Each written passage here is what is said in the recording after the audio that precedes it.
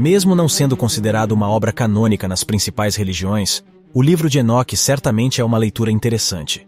Sua origem remonta de 300 anos antes de Cristo, e é reconhecido como um texto antigo judaico. Apesar disso, ele mantém um lugar significativo em algumas tradições cristãs e judaicas contemporâneas. Enoque, cujo nome é referenciado no livro de Gênesis como um ancestral de Noé, desempenha um papel proeminente no livro de Enoque. Os seres angelicais conhecidos como vigilantes são descritos como filhos de Deus e filhos do céu. No capítulo 7, muitos acreditam que os observadores se referem a eles como Grigori. Esses anjos eram encarregados de vigiar a raça humana e servir como guias terrestres para os primeiros humanos. Embora eles fossem compelidos a interferir com a humanidade, foram impedidos de fazê-lo. No capítulo 7 do livro de Enoque, é mencionado que a população humana se multiplicou, homens e mulheres. Nesse contexto, as filhas dos homens eram descritas como belas e elegantes, destacando-se pela sua notável beleza. Essa atratividade despertou a atenção dos vigilantes, que eram filhos de Deus. Esses vigilantes, também conhecidos como alguns Jaza ou Samiasa, dialogaram entre si e decidiram tomar as mulheres para si, envolvendo-se com elas e gerando descendentes. Essa ação dos vigilantes foi uma interferência direta na vida da humanidade, indo contra o propósito original de observação. O líder dos vigilantes, chamado Samiasa, tentou dissuadir seus companheiros, alertando que eles deveriam reconsiderar essa escolha, pois eles seriam os responsáveis pelo crime contra Deus. No entanto, os outros anjos rejeitaram seus apelos, afirmando que enfrentariam juntos as consequências e aceitariam a responsabilidade pelos seus atos. É importante notar que havia um total de 200 vigilantes envolvidos nessa transgressão, que desceram à terra para tomar as mulheres como esposas.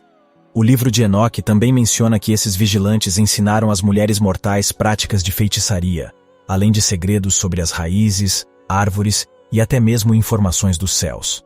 Essa divulgação de conhecimento proibido por parte dos vigilantes não apenas os levou a trair a Deus ao se envolverem com suas criações, mas também corrompeu as mulheres com conhecimentos que não lhes eram destinados. As mulheres deram à luz os vigilantes, e os filhos que eles geraram são essencialmente uma combinação entre anjos e humanos, conhecidos como Nefilim.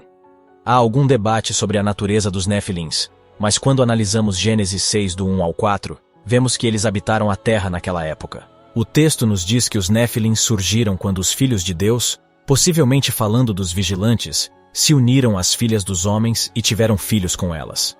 No livro de Enoque, a descendência dessas mulheres é chamada de gigantes, e esses gigantes passaram a dominar tudo o que a humanidade havia conquistado. Os gigantes ou Nefilins começaram a matar os homens, e quando se cansavam disso, voltavam-se uns contra os outros, gerando um caos destrutivo. Em meio a esse caos, uma entidade conhecida como Azazel, supostamente um observador, ensinou para os homens o uso de facas, espadas e táticas de guerra, assim como os vigilantes haviam ensinado à humanidade os segredos das manifestações celestiais e da feitiçaria. Eles também ensinaram para os homens o uso de tintas e pigmentos para manipular e alterar o mundo. O texto nos informa que as ações de Azazel aumentaram a impiedade e a fornicação, corrompendo todos os caminhos da humanidade. No capítulo seguinte, o arcanjo Miguel, Gabriel, Rafael e Uriel observaram a terra do céu e perceberam a situação. Eles foram perante Deus e atribuíram grande parte da culpa a Azazel, dizendo que ele ensinou todas as formas de conhecimento à humanidade e revelou os segredos do mundo celestial. Eles também responsabilizaram um certo Jaza, que ensinou a feitiçaria dos mortais e teve relações com as mulheres, gerando gigantes ímpios. Eles perguntaram a Deus o que seria necessário para restaurar a ordem na terra. No capítulo 10, Deus envia Uriel para buscar o filho de Lameque, Noé, e o instrui a se esconder. Deus explica a Noé que uma grande inundação está prestes a acontecer, na qual toda a terra será destruída. Ele pede a Uriel que informe a Noé como escapar do dilúvio e como sua descendência será preservada. Deus então ordena ao arcanjo Rafael que prenda Azazel, amarrando-o com mãos e pés, e o lance na escuridão do deserto, em um lugar chamado Deio, uma região do submundo. Rafael é instruído a lançar pedras pontiagudas sobre Azazel e cobri-lo na escuridão, de modo que ele permaneça lá para sempre, privado de toda a luz. No grande dia do julgamento, Deus atribui a Rafael a tarefa de lançar Azazel no fogo divino. O arcanjo Gabriel recebe a ordem de destruir os Nefilim, os gigantes e a descendência dos observadores, instigando-os a se destruírem mutuamente. Por fim, Deus instrui o arcanjo Miguel a confrontar o líder dos vigilantes e dizer-lhe que ele e seus aliados que haviam fornicado com as mulheres, que eles estão poluídos e em seus filhos sejam seus próprios filhos angelicais, ou os filhos que tiveram com as mulheres, serão mortas diante de seus olhos por 70 gerações, depois testemunhando o massacre de seus filhos, serão levados para as profundezas mais baixas do inferno, onde eles irão encontrar o fogo e serem trancados para sempre. No capítulo 12, somos informados de que Enoque foi contatado pelos vigilantes e recebeu o título de Enoque, o escriba.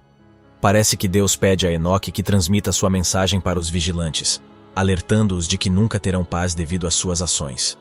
É possível que Enoque seja instruído a fazer isso para exemplificar a vontade de Deus, mostrando para os vigilantes que eles não estão acima da humanidade. Eles estão sendo informados sobre seu destino tanto pelos arcanjos superiores a eles, quanto pelos mortais que estão abaixo deles, o que coloca os vigilantes no mesmo nível, e talvez até abaixo, dos humanos.